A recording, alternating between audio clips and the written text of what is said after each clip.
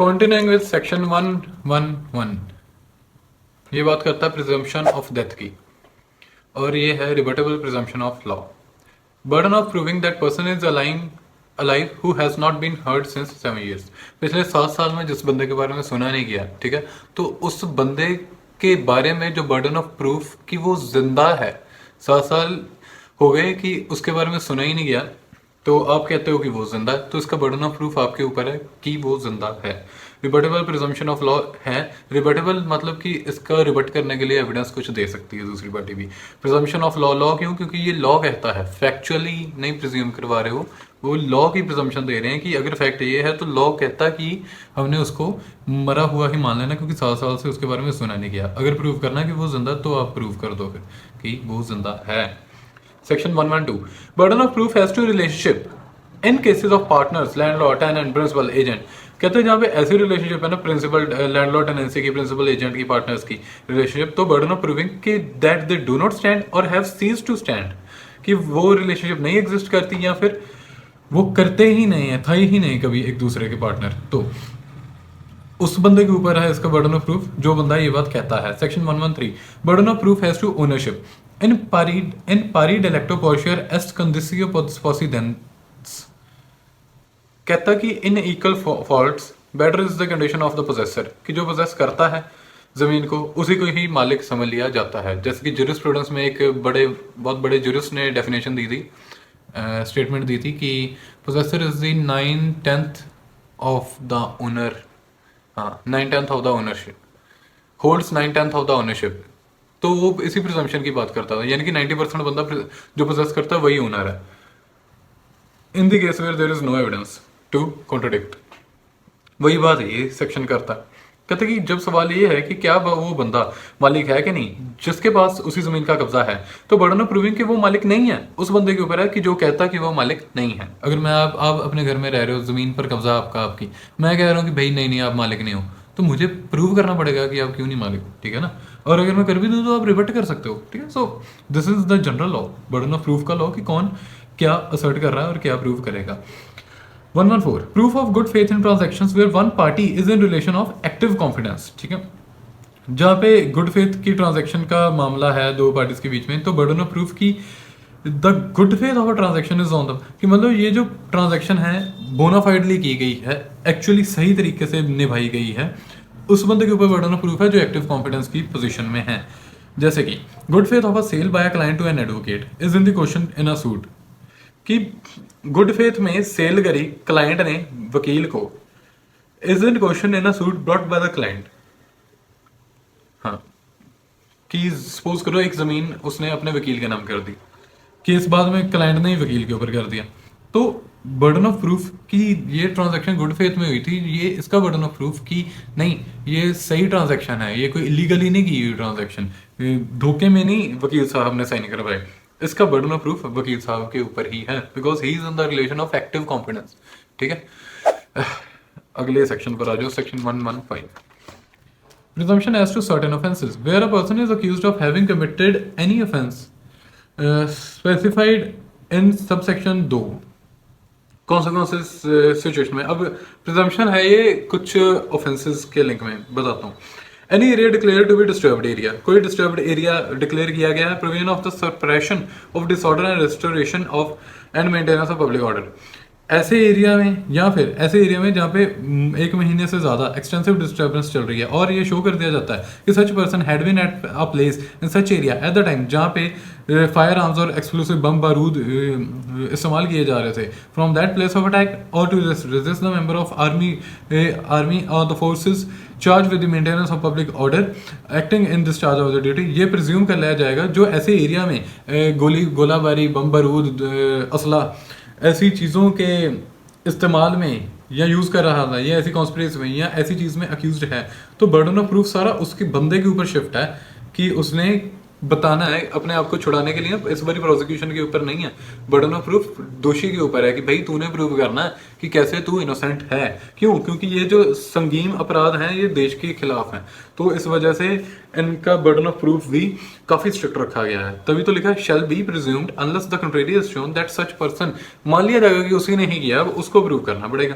तो इसमें burden of proof बहुत हैवी हो जाता है बंदे के ऊपर, दोषी के ऊपर। सेक्शन 147, 148, 149 की बात करता है, जो वेजिंग वॉर वाले चैप्टर के सेक्शंस हैं, देश के खिलाफ वॉर, जंग ऐलान कर देना, क्रिमिनल कॉन्स्पिरेसी करना, अटेम्प्ट टू कमिट करना, अबैटमेंट करना, ऐसी हरकत करने की कोशिश भी करना, तो उन पर भी ये offences referred in subsection are the following. तो उन्होंने बता दिया कि ऊपर जो बात कर रहे हैं कौन से सेक्शंस की बात करी जा रही है, ये वाले सेक्शंस की बात करी जा रही है ऊपर वाली कंडीशन के तहत। ठीक है, ऊपर वाली कंडीशन सेटिस्फाई हुई और साथ में फायर आर्म एक्सप्लोसिव वाली हुई कि वो ऐसे लिंक में था, और साथ में सब सेक्शन 2 की जो सेक्शन है वो सब सेक्शन 2 के सेक्शन और कंडीशंस ऊपर वाली सेटिस्फाई हो रही हैं, तो ये वाला ही प्रिजम्पशन लगेगी। ठीक है, दोनों कंजॉइंट सेक्शन है, एक दूसरे के साथ है, चलते go hand in hand. Section 116 birth during marriage conclusive proof of legitimacy to establish paternity of child. ये वाला सेक्शन एस्टेब्लिश करने के लिए paternity of child, to stop the bastardization of child. ठीक है, इसलिए ये सेक्शन बनाया गया ताकि so that legitimacy is conferred to a child.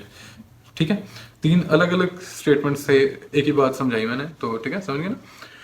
The fact that any person was born during the continuance of a valid marriage between his mother and any man or within 280 days after dissolution, कहता है कि एक बंदे की valid marriage के दौरान, ठीक है, एक बंदा और उसकी बीवी ने सेक्स किया, वैलिड मैरिज चल रही थी, या तब बच्चा पैदा हुआ, या फिर 280 दिनों रुको कॉन्टिन्यूस ऑफ वैलिड मैरिज, बंदा और बंदी के ने इंटरकोर्स किया तब बच्चा नहीं हुआ की बात नहीं कि उन्होंने करी, बंदा बंदी की वैलिड मैरिज है और उसके दौरान बच्चा पैदा हुआ, या फिर 280 दिन जो कि अप्रोक्सीमेटली 9 महीने बन ही जाते हैं after dissolution the mother remaining unmarried, की शादी डिवोर्स हो गया, ठीक है, और उसके 9 महीने के अंदर अंदर माँ ने शादी भी नहीं करवाई और ऊपर से बच्चा भी पैदा हो गया, तो कंक्लूसिव प्रूफ ले लिया जाएगा कि वो वाला बंदा जो एक्स हस्बैंड है वही बाप है। या फिर अगर बंदी ने डिवोर्स करवा लिया और अगले 9 महीने के अंदर अंदर उसका बच्चा हो गया, वो अनमैरिड नहीं रही, उसका हस्बैंड आ गया, तो अब जो हस्बैंड आ गया उसका बच्चा होगा।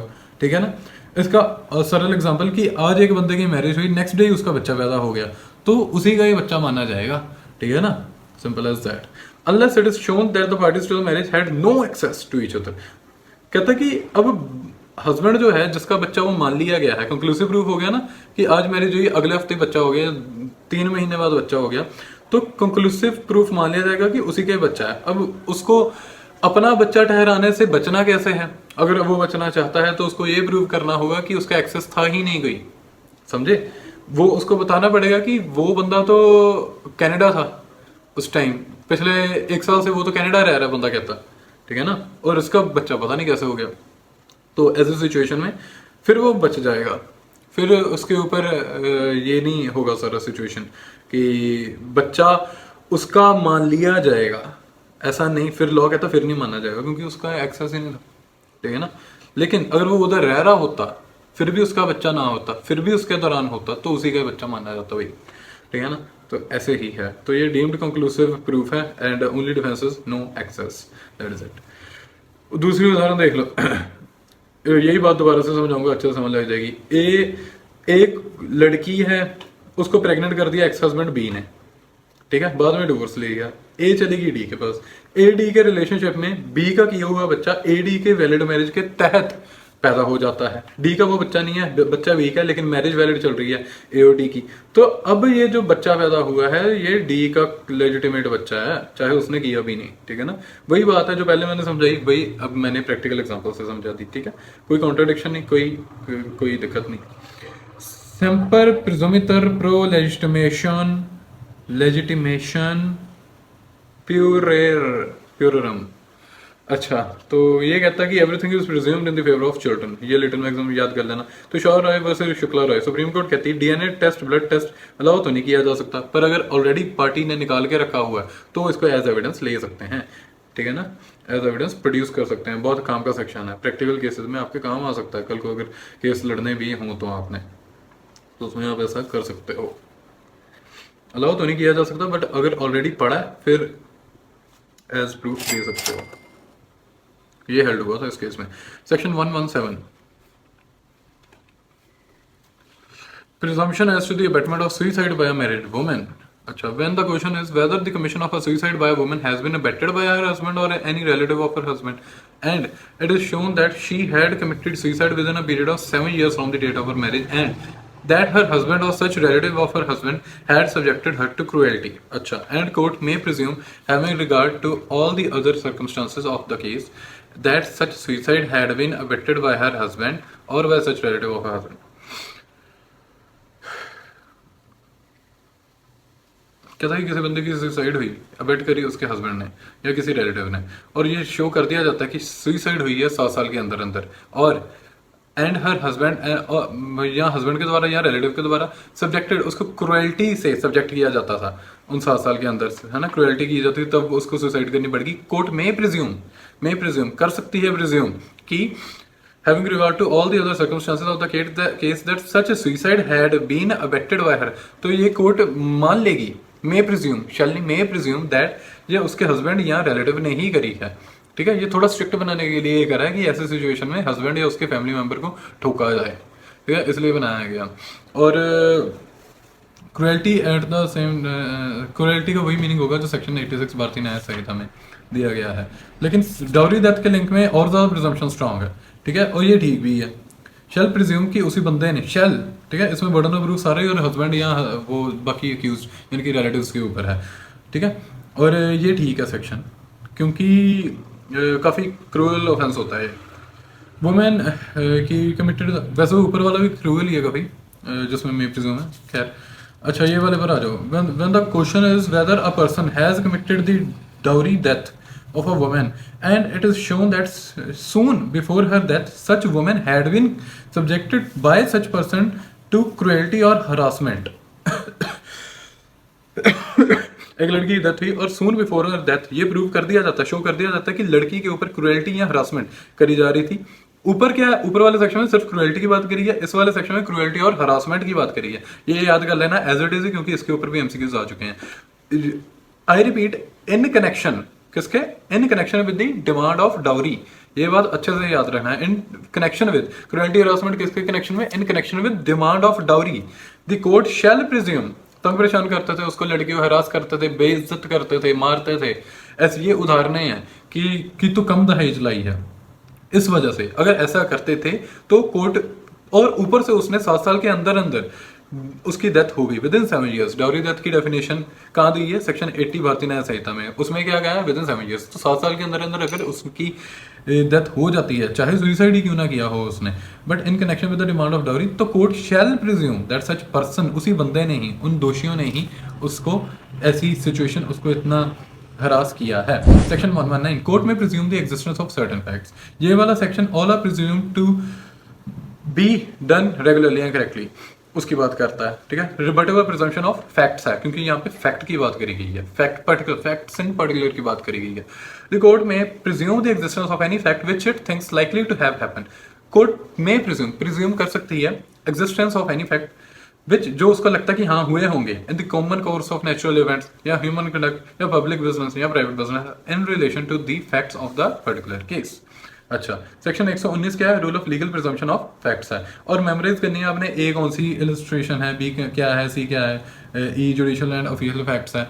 बहुत अच्छे से नहीं रटना, बट वैसे थोड़ा ख्याल में रख लेना, 2 3 4 5 10 बार रीडिंग मार लेनी है मेमोराइज करने के लिए कि ए इसकी बात करता है, ई जुडिशियल एंड ऑफिशियल फैक्ट की बात करता है। ठीक है, क्यों, क्योंकि इसके ऊपर एमसीक्यूज देखे गए हैं पहले इंडियन एविडेंस एक्ट के दौर में। है the court may presume that, जैसे इनमें से कुछ दिखा देता हूँ आपको इलस्ट्रेशन, जैसे इलस्ट्रेशन बी पे देख लो। एन अकॉम्प्लाइस, अकॉम्प्लाइस क्या है, आपने और मैंने मिलकर चोरी की तो आप मेरे अकॉम्प्लाइस हुए। अकॉम्प्लाइस इज अनवर्दी ऑफ क्रेडिट, और आप अकॉम्प्लाइस बन गए, यानी कि सरकार के गवाह बाद में बन गए, और आपने बता दिया कि मैंने और 3 और लोगों ने मिलकर, हम 4-5 थे, लेकिन आपने और बाकी सब ने मिलकर चोरी की थी। इससे क्या होगा, कॉम्प्लेक्स बन के आपने सच बोल के बाकी को सजा करा दी, आपको छोड़ देगी सरकार। ठीक है, क्योंकि आप सरकारी गवाह बन गए। An accomplice is unworthy of credit unless he is corroborated in material particulars. ठीक है, जब अकॉम्प्लिस की गवाही तब तक अनक्रेडिबल है जब तक मटेरियल चीज़ों जो ऑन रिकॉर्ड चीज़ें हैं उसके साथ कॉरोबरेट नहीं कर दिया जाता। अगर वो कॉरोबरेट कर जाए, ठीक है ना, पूरी जुडिशियल फाइल के साथ कॉरोबरेट करती हो उसकी गवाही कि हाँ ऐसे ऐसे ऐसे ऐसे ऐसे ऐसे ही हुई है, फैक्ट्स के साथ उसकी कॉन्ट्रडिक्शन नहीं आ रही, बंदे की गवाही मतलब जायज़ लग रही है पढ़ने में, तो फिर वो जायज़ मान ली जाएगी। ठीक है, बस इतना है, कॉमन सेंसिकल बातें हैं। E illustration, judicial and official act have been regularly performed, ये मान लिया जाएगा। क्यों? क्योंकि लिटिल मैक्सिम भी है, ओमनिया प्रिजम्पटर जो पहले मैंने बताई थी पिछले सेक्शंस में। ठीक है, उसके बाद ऐसे ही आप आ जाओ कि जी इलस्ट्रेशन देख लो, evidence which could be and is not produced would if produced would be, हाँ कि अगर एविडेंस है कोई, मैंने दूसरी पार्टी को नोटिस दिया कि ये वाला डॉक्यूमेंट उनके फेवर में, उनके अगेंस्ट है और उनके पास पड़ा, वो दे ही नहीं रहे और वो विद होल्ड करके बैठ गए हैं। विद होल्ड कर लिया तो इसका मतलब ये कि उनके खिलाफ ही है, तो हम प्रिज्यूम कर लेंगे कि हाँ भाई उस पार्टी के खिलाफ है तो ही नहीं वो दे रही ये वाला डॉक्यूमेंट। या मैं भी कोई डॉक्यूमेंट अगर कंसील कर रहा हूँ, मेरे को कोर्ट को पता है कि मेरे पास है, दूसरी पार्टी ने बताया कि मेरे पास है, नोटिस दिया उन्होंने, फिर भी मैं नहीं दिखा रहा था, इसका मतलब वो मेरे अगेंस्ट है तभी नहीं मैं दिखा रहा, तो प्रिजम्पशन ऑलरेडी ले ली जाएगी। Sub section 2, the court shall have also regard to such facts in the following whether such maxims do और do not apply in a particular case before it. जैसे कि एक उदाहरण देख लो, इलस्ट्रेशन सी, फोर्थ पॉइंट क्या कहता है इसका, फोर्थ सब क्लॉज कहता है, फोर्थ क्लोज कहता है, as to illustration C, A the drawer of a bill of exchange was a man of business. ठीक है, B. The acceptor was young and ignorant person, completely under his influence. As to illustration C कहती a bill of exchange and accepted and endorsed was accepted or endorsed for good consideration। कहते कि bill of exchange accept किया है, endorse किया, तो ये मान लिया जाएगा कि वो good consideration, good faith में किया गया था। लेकिन फोर्थ क्लॉज क्या कहता है सेक्शन 2 का, फोर्थ क्लॉज कहता कि अगर एक इलस्ट्रेशन ऊपर वाली इलस्ट्रेशन जो मेंशन है उनको आप एज इट इज प्रिज्यूम कर रहे हो कॉमन सेंस में, तो इसका मतलब ये नहीं कि आपने बाकी मैक्सिम्स को ठुकरा देना। अब देखो उसी वाली इलस्ट्रेशन के साथ अब ये चीज समझो कि सर्कमस्टांस क्या है कि A the drawer of a bill of exchange was a man of business, B तो बच्चा था, इग्नोरेंट था, वो ए के इन्फ्लुएंस में आके कर गया। ठीक है, तो अनड्यू इन्फ्लुएंस होगी ना, तो अब वो वाली चीज को तो आप एज इट इज मान रहे हो, वो कोर्ट कहती, ये कानून की गाइडलाइन कह रही है, ये कानून ये कह रहा है कि अगर आप किसी चीज को एज इट इज मान रहे हो ना कॉमन सेंस से, तो आपने ये भी कंसिडर उसके ऊपर रिजिड नहीं रहना, फ्लेक्सिबल, एक judicial mind should be flexible in nature. ठीक है, उसको ही has to think beyond the box also. ठीक है, लकीर का फकीर नहीं बनना है एक जज को, उसको हर चीज को मद्देनजर रख के बड़ा दिल करके बड़े दिमाग से उसको सोचना है हर दायरे को। तो दायरा क्या है इधर, दायरा ये है कि जो बच्चा है वो तो यंग और इग्नोरेंट है ना, तो this might be the case of undue influence as well, तो we have to consider that thing also, we have to consider all the other principles of law, maxims of law, guidelines of law. ठीक है, तो ही एक अच्छा जज बंदा बन सकता है जब he is taking everything into consideration, यानी कि he is reading a lot, simple as that. ठीक है, section 120, presumption as to the absence of consent in certain prosecution for rape.